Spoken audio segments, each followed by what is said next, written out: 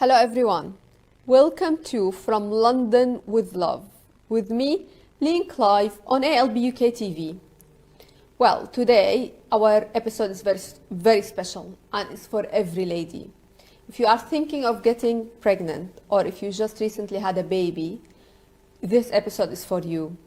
Today we have Dr. Nadia, specialist, to talk with us about mental health. Hello, Dr. Nadia. Hello, Leen. Hi, it's very nice to meet you. Thanks for having me. Thank you so much. Very welcome. Dr. Nadia, you've been with us before, but today's topic is different. Firstly, I would like you to introduce yourself for audience who seeing us first time. Yes, thanks, Leen. I'm an OB&GY surgeon and fellow of the Royal College of Obstetricians and Gynecologists. I've been working in NHS hospitals, university hospitals for more than 20 years. And in the last few years, I've been working in a private sector clinic as aesthetic gynecology consultant as well. So we have just the right person today. I know the topic is a bit different from what we talked about in the past, but today we are trying to raise awareness about mental health and especially about depression after giving birth. So, Dr. Nadia, could you tell us a little bit more about what is the depression after giving birth? We'll start from the beginning. Giving birth and having a new baby in the house is a big event for the mothers. You expect that they will feel happy and joyful, but for some other mothers, the situation is different. They could experience negative feelings like sadness and anxiety and depression. So these negative feelings ranging between mild mood changes, that's overly called baby blues, to a more complex forms that categorically classified as mental health illnesses, like a postpartum depression, which happens 15%, or puerperal psychosis. That's rare, thanks God, but it prompts immediate seeking of medical help. If we are talking about the causes here. So, yes, thank you. For the baby blues, it's not an illness. It affects 80% of mothers. So is it just a changing in mood?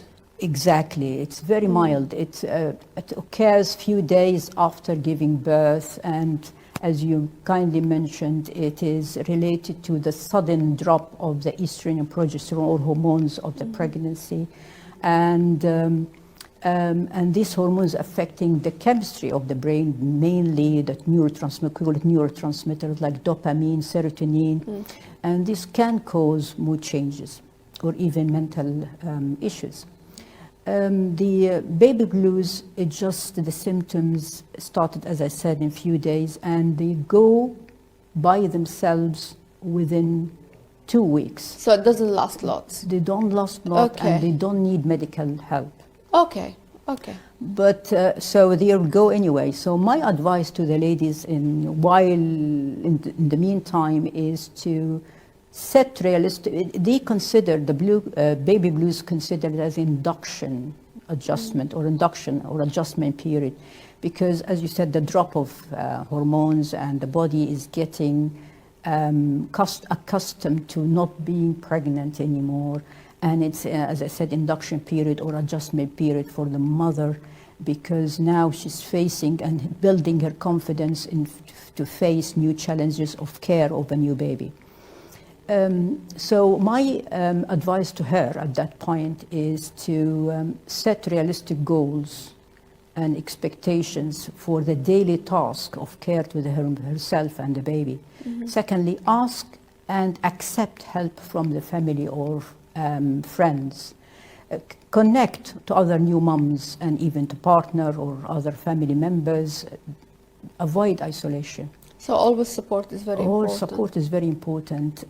Create time for herself for leisure and even have much rest as she can. And avoid alcohol, recreational drugs or caffeine that really worsen mood swings. Now we talked about baby blues. I Yeah. want you to take me to the next stage. The postpartum depression is a serious mental health issue affecting 1 in 7 mothers that could be mistaken for the baby blues. So what are the differences? Tell me more about the symptoms. Absolutely. The symptoms are, the difference is the symptoms are becoming more intense, long-lasting, and it's mainly causing, you find, like baby blues, you find sadness, depressive mood, bursts or bouts of tearfulness for no good reason. She will have that really affecting her ability to bond and care for the baby and for herself and handling daily tasks. Even worse and more, she will start to develop, she will have lack of sleep, appetite problems, difficulty to focus and concentrate. She will have guilt and sense of hopelessness, worthlessness, and fear of that she's not a good mother. And this will reflect into panic attacks and anxiety and even anger rages, and intrusive thoughts and self-harming of herself and the baby. And if we reach at this point, it's a medical emergency. She should reach out for her obstetrician or call 999 or just drop into emergency room. No, when we're talking about reaching that stage, is it possible to treat it in medication? Definitely. Even if she's breastfeeding? Yes, because there are a variety of options, Yeah. or option variety for the treatment of postpartum depression. First of all, I urge her to reach early. And I'll tell you, some women say, okay, I'll wait and see if it is really, which is which. But if she reaches early, because there are options, starting from talking therapy, which we call it psychotherapy. Talking therapy is a way that you find ways to cope with the situation. You'll solve the problems, respond more positively to the situation. So through talking, you'll find changing of thoughts and behavior. You find even the family coming, or the partner or the relationship therapy is also helpful. So one thing is talking. Yeah. Secondly, medication. It's antidepressant. Now, most of the antidepressant can be used during breastfeeding with little risk of side effects to the baby. So it's a matter of the doctor to choose which category of antidepressants or mood enhancer, and that maximize the treatment benefit for the mother and minimizes the risks or side effects to the baby. Okay. In terms of avoiding it, I know it's not that easy to avoid it, but is there things the woman can do to avoid it? No, Leen, I'm sorry for that. It can happen to any lady. Is it linked to hormonal change? Definitely hormonal change will the causes, but it can happen to anyone. Okay. So it's not preventable and not avoidable. But we can identify the lady who will need close support and treatment as early as possible. And as you said, the causes are not, there is no single cause. We don't know why it happens, but this research says it's the hormone, because that's obvious changes. So as I said, the acute, rapid drop of the hormones affecting the neurotransmitters and affecting the mood changes. Also, they found physical causes like diabetes or deficiency of the thyroid hormone, so underactive thyroid, or multiple sclerosis. And also there is some talk about oxytocin, which is the maternal hormone that's related to bonding to breastfeeding. And surprisingly, I'm not surprised so much about deficiency, anemia, vitamin D deficiencies, all vitamin Bs, zinc, magnesium, they weaken the maternal strength to cope with stresses, which are another cause is coping with stresses, stressful life plus new challenges of a baby who needs near constant interaction. So all these play together to trigger the postpartum depression. Can a woman have a depression while she's pregnant? Definitely. Also like a hormone change? Very good question, yeah. It's the postpartum depression is categorized as, yes, it's a mental illness that is as part of perinatal, it's a wider perinatal spectrum of perinatal mood and anxiety disorders. It can happen early during pregnancy and continue throughout up to 1 year after giving birth. So that's the period. Postpartum depression is serious. It's not only a few weeks after delivery. It can happen anytime, a few days, few weeks, few months, up to 1 year after giving birth. And what about recovery? Does it take long to recover from it? Recovery, if the lady ignores or waits until these symptoms of depression, which we can say that the symptoms again, that they wouldn't go away by themselves. On the contrary, it could end up turning into a chronic depressive disorder for the rest of her life. Okay, so that's a really important point here. We're talking about like if you didn't get it, like if you didn't consider seeking help or support, it can carry on for years of your life. So it's really important. Take care of yourself as you taking care of your baby, of course, but also taking care of yourself is so important. Of course, that it has an implication as well on her child, because the child will be affected, affecting the cognitive and behavioral development, and also in future the child will have problems at school, struggling with substance abuse and psychiatric illnesses themselves. Also, if we, apart from the chronic depressive disorders, if the situation can worsen because she will develop intrusive thoughts and compulsions, like checking the baby and safety and every now and then, and fears, develop fears and fear of the future and even self-harming thoughts. And that's serious, that's emergency, that needs medical help. So for every woman who's watching us today, a message to take care of herself. There's nothing embarrassing to say like I'm not feeling well, or I'm feeling depressed, or I'm feeling sad.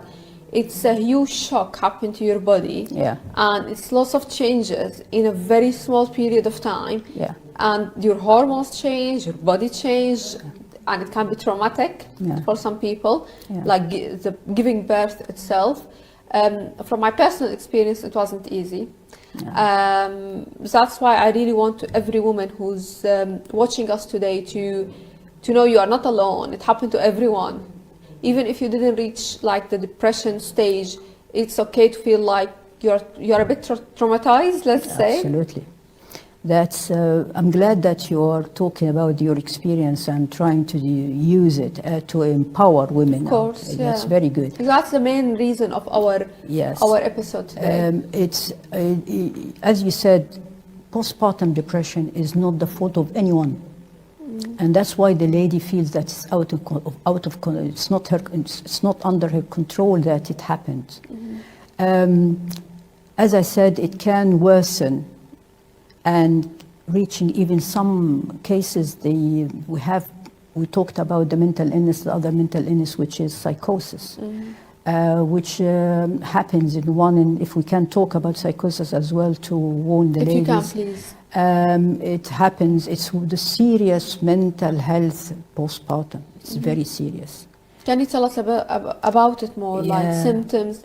What happened? It affecting 1 to 2 in 1,000 mothers, and as we said, the symptoms we mentioned before, but it's more worse, like a psychotic depression, mania, illusions, which is seeing, hearing, smelling, feeling things, they are not there. Delusions, false thoughts or beliefs, paranoid thoughts, something will come and harm her or her baby,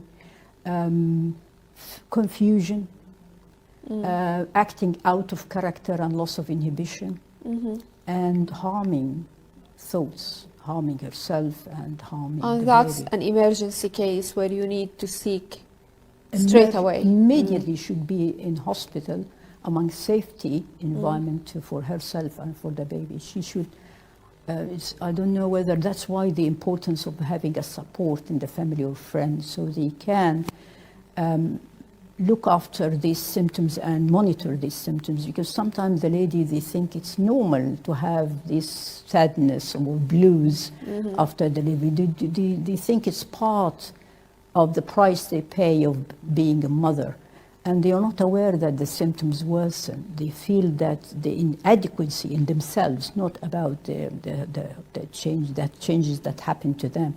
So it's a role of the friend or family to look after that, and once they have this, they gauge that there is worsening of the situation, you just to get help straight away, to call the obstetrician, to call the psychiatrist. There is emergency helpline on that with the NHS. So it's a must not to reach this stage. I think reaching early for treatment, as you mentioned, good point. Don't be embarrassed or secretive or feel it's you. It's not you.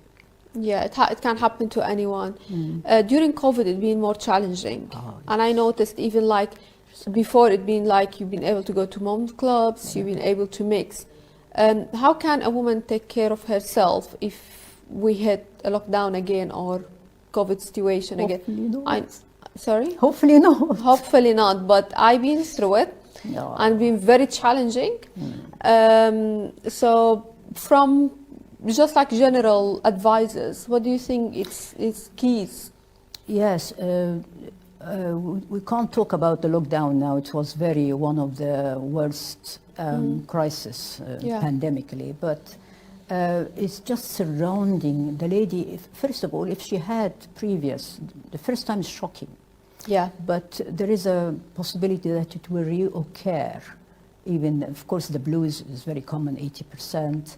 The postpartum depression can occur in 50%, and psychosis even. But if it occurred, it wouldn't be the shock like the previous time. And also she will empower herself and arm herself with a team of professionals, starting from obstetricians, psychiatrists, psychologists, everyone, and has got hotlines so she can call straight away. And also surrounding herself with a family and friends. So and there is postpartum depression support international group. So that's absolutely, even through the internet. And if somebody wants to gauge what's happening to her, we do screening, like during preconceptional or early booking. That's our job. But that's already, she's got pregnant, she has got no information. So it's our job to identify, but it's too late. It's better to empower her with information. That's what you do. So there is, over the internet, there is Edinburgh Postpartum Depression Scale. It's a form. She can fill out this form and score herself. And if she scored high, then she will reach out for the services or the emergency service or the medical service, not necessarily. So the most important thing to have treatment as early as possible. And the treatment could take several months. Yeah. Each case whatever is it takes. Yeah. So she should be persistent, shouldn't be frustrated. She should comply with the plan of care, taking the prescribed medication as should be, follow the psychotherapy, don't drop any psychotherapy session, and it's treatable disease. It's treatable disease. Yeah. Well, one of the main reasons I want you to talk about mental health was we always try to do our best and we always have a guilt feeling. No matter how good women in general, no matter how good we do, we always have like, am I doing good enough? Am I a good mom? So it's just a message for you. You are doing amazingly well. And don't compare yourself to other people, because each journey is different.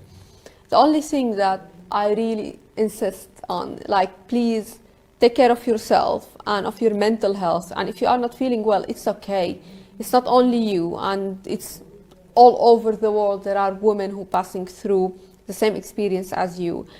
At the end of our episode, I don't want it to finish, Dr. Nadia. I want you to, the final message I want it to be from you to every lady who's watching us today.